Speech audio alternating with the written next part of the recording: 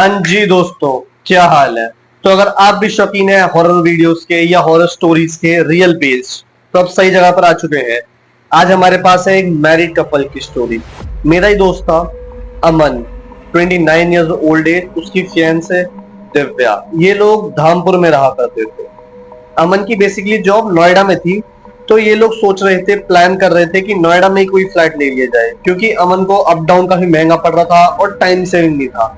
इसका आने जाने में काफी ज्यादा टाइम वेस्ट होता था। तो इन लोगों ने सोचा क्यों ना नोएडा में ही कोई फ्लैट ले लिया जाए। अमन वहां पे फ्लैट ढूंढना शुरू करता है, घर ढूंढना शुरू करता है। वहां उसे कोई भी फ्लैट नहीं मिल पाता, बहुत ज्यादा रश था, या कुछ मिले तो बहुत ही ज्यादा महंगे थे। इसका इतना बजट था नहीं। तो अमन ने सोचा कुछ टाइम रुका जाए और फ्लैट ढूंढे जाए। हफ्ते बीतते रहते हैं, एक हफ्ता बीतता है, 2 हफ्ते जाते हैं। अमन को कोई फ्लैट पसंद नहीं आता। कुछ टाइम बाद अमन को एक फ्लैट मिलता है, आरबीसी बिल्डिंग, नोएडा में, फ्लैट नंबर 13। यहीं से हमारी स्टोरी शुरू होती है। अगर आप हमारे चैनल पे न्यू हैं तो आप सब्सक्राइब कर सकते हैं। वीडियो पसंद आए तो लाइक कर देना, कमेंट कर देना अपना फेवरेट पार्ट। एक फ्लैट उनको वहां खाली मिल जाता है, फ्लैट नंबर 13। दिव्या बहुत ज्यादा एक्साइटेड होती है अपने नए घर के लिए, नए सपनों के साथ, नई नई इच्छाएं होती है उनकी।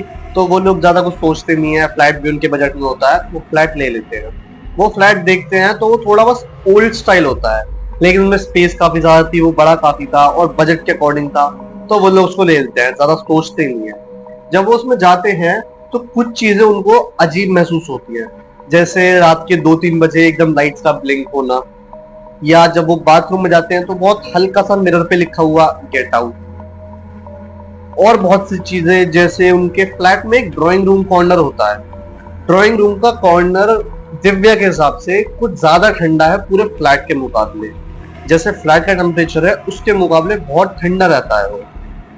दिव्या को काफी बार ऐसा लगता है कि उनको कोई देख रहा है या उन पे कोई नजर रखा हुआ है। वो ये चीज अमन को बताती है, तो अमन ये बात मजाक में डाल देता है, कहता है पड़ोस वाली आंटी होगी। ऐसा कुछ दिन चलता रहता है, कोई दिक्कत नहीं होती। एक दिन रात को अमन और दिव्या मूवी देख रहे होते हैं, एकदम झटके से लाइट चली जाती है और किचन से जोर से ड्रॉर खुलने की आवाज आती है।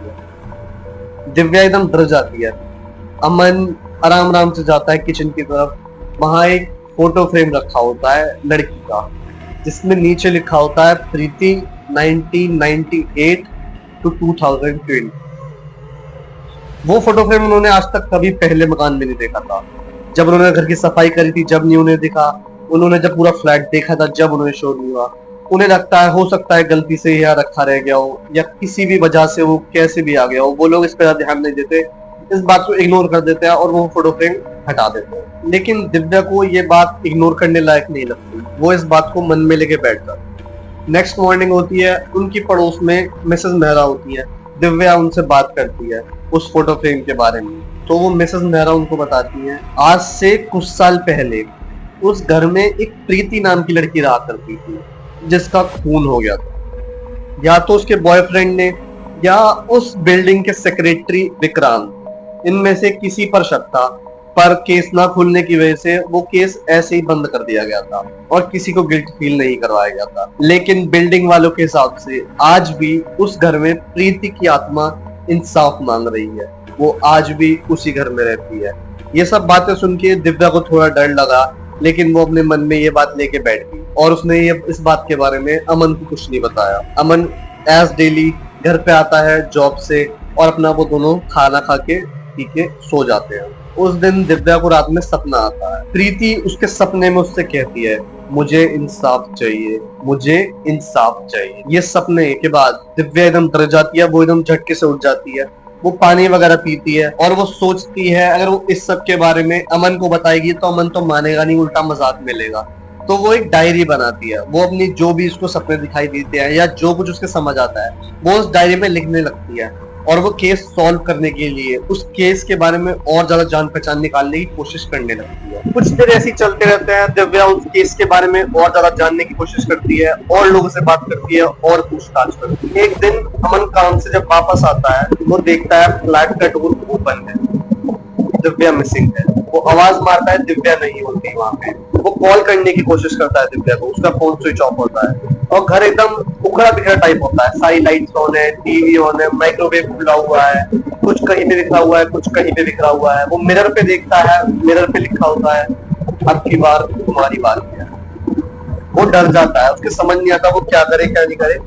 वो सीधा पुलिस के पास जाता है और कंप्लेंट लिखवा देता है। आस पड़ोस में सब लोगों को पता लगता है। वो सब लोग बात बनाते हैं कि हो सकता है दिव्या कहीं चली गई हो, दिव्या घूमने गई हो, या दिव्या बीमार हो हॉस्पिटल चली गई हो। पर अमन जानता था दिव्या ने आज तक उससे कभी ऐसा कुछ नहीं करा, या वो बिना बताए आज तक ऐसे कहीं नहीं गई। अमन को पूरा विश्वास था कि दिव्या कहीं गई नहीं है, उसे कहीं छुपाया गया है या वो कहीं दिक्कत में। अमन हार नहीं मानता। अमन पूरे दिन तब भी ढूंढता है। उसे कहीं कुछ हासिल ना होने की वजह से वो रात को आता है। उसे नींद तो नहीं आ रही होती, पर वो लेट जाता है। उसे एक झपकी लगती है। जैसे उसे झपकी लगती है, उसको सामने वाले कमरे से एक आवाज आती है लड़की की, जो कहती है वो वही है जहां मेरी लाश थी। अमन एकदम डर जाता है। वो सबसे नीचे अपनी बिल्डिंग की बेसमेंट में जाता है। वहां पे एक लॉक स्टोर रूम होता है विक्रांत सेक्रेटरी के साइड में।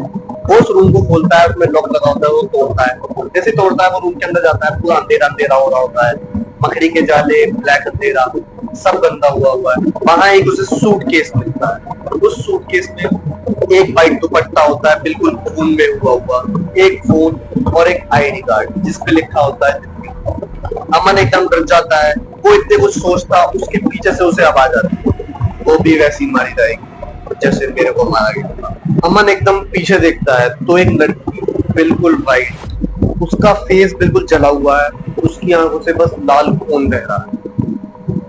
अमन उससे कुछ कहता, उससे पहले वो लड़की उसे एक आवाज सुनवाती है जो विक्रांत की होती है। प्रीति, अगर तूने किसी को भी सच्चाई बताई तो मैं तुझे जिंदा नहीं छोड़ूंगा। विक्रांत जो उस बिल्डिंग का सेक्रेटरी था, जो प्रीति को प्रेगनेंसी के बाद मार देता है, और दिव्या जो उस केस को दोबारा खोलना चाह रही थी, इसलिए विक्रांत ने शायद उसे भी किडनैप कर लिया था। अमन धीरे धीरे ये सारी स्टोरी समझ रहा था। वो ये सब कुछ करता उससे पहले वो सीधा पुलिस के पास गया।